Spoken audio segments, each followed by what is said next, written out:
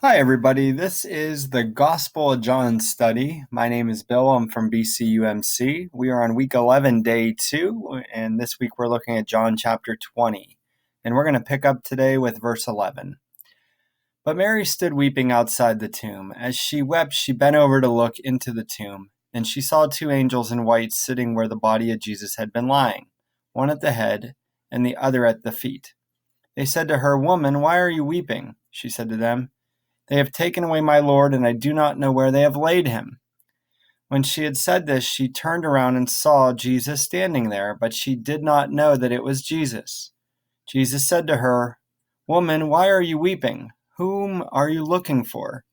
Supposing him to be the gardener, she said to him, "Sir, if you have carried him away, tell me where you have laid him, and I will take him away." Jesus said to her, "Mary." She turned and said to him in Hebrew, "Rabboni," which means teacher. Jesus said to her, "Do not hold on to me, because I have not yet ascended to the Father. But go to my brothers and say to them, I am ascending to my Father and your Father, to my God and to your God." Mary Magdalene went and announced to the disciples, "I have seen the Lord." And she told them that he had said these things to her. So now I'll read from Ben Witherington III's text, beginning on page 157. Mary had returned to the tomb with the male disciples, but she did not leave like them. She lingered at the tomb, weeping and mourning. So deep was her grief that even the appearance of two angels couldn't shake her out of her distraught state. Angels in the biblical tradition are like neon signs saying, "God is at work here." They are always presage and proclaim something is about to happen or has happened. I like to call them God's FedEx messengers. They do their job quickly and just as quickly disappear. In this case, we have two angels, one at the head of the slab, one at the foot, as holy bookends signaling where the body had been. There was now a void between them, but it was not devoid of meaning. There may be two because in the Jewish tradition, the truth of anything needs to be confirmed by at least two witnesses. The angels ask Mary a question that seems totally unnecessary. "Woman, why are you crying?" But surely they know. Mary simply reiterates what she had said to the male disciples. "They have taken my Lord away, and I don't know where they have put him." If we put ourselves in her place for a moment, we need to remember that she had come to the tomb to perform her own memorial acts with anointing oil and fresh linens.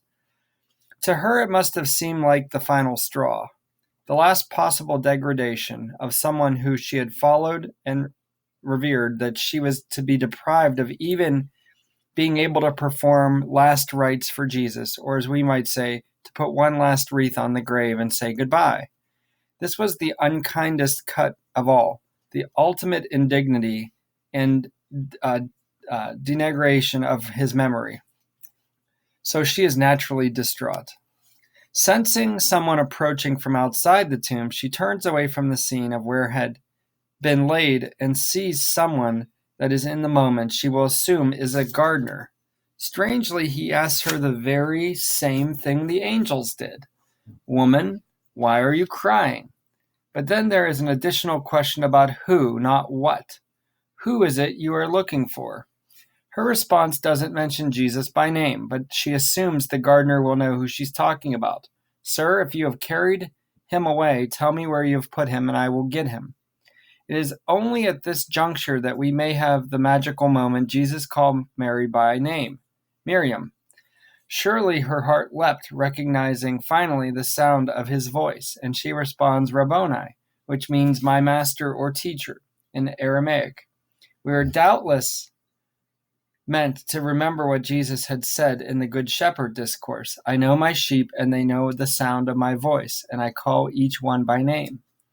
At this point in her Europhia, Mary seizes Jesus, and he has to respond, "Don't cling to me," which is important because Jesus doesn't want her to think that she could just continue the relationship of the past with her.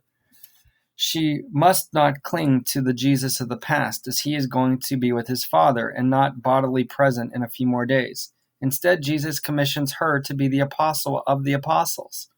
He tells her to go and tell the male disciples that he is ascending to his Father and their Father as God and their God. And so Mary went on her way proclaiming, "I have seen the risen Lord," the very first Easter witness. It ought to be said that Jesus can commission a woman to proclaim to the male apostles the first Easter message. There can't be anything wrong with having women preachers. She also told them what he asked her to tell them as well. It probably doesn't need to be said, but this text makes clear that we are not talking about the joyful reunion of husband and wife here. Mary does not say, "Husband, I am so glad you're back. Let's jumpstart our marriage by reading a marriage renewal book." Of course not. Mary was just Jesus' disciple, and she addresses him as her teacher. All right, and now let's look at the reflection questions for today's passage. What do you make of the angels in the tomb? Why would Mary have been so distraught to find an empty tomb? How do you feel about Jesus commissioning Mary to proclaim the first Easter message to the 12? Or in this case, the 11 plus the other male disciple, like the beloved disciple. All right. Hope you enjoyed today's reading. Tune in tomorrow as we will continue in John chapter 20, starting at verse 19. Have a great rest of your day.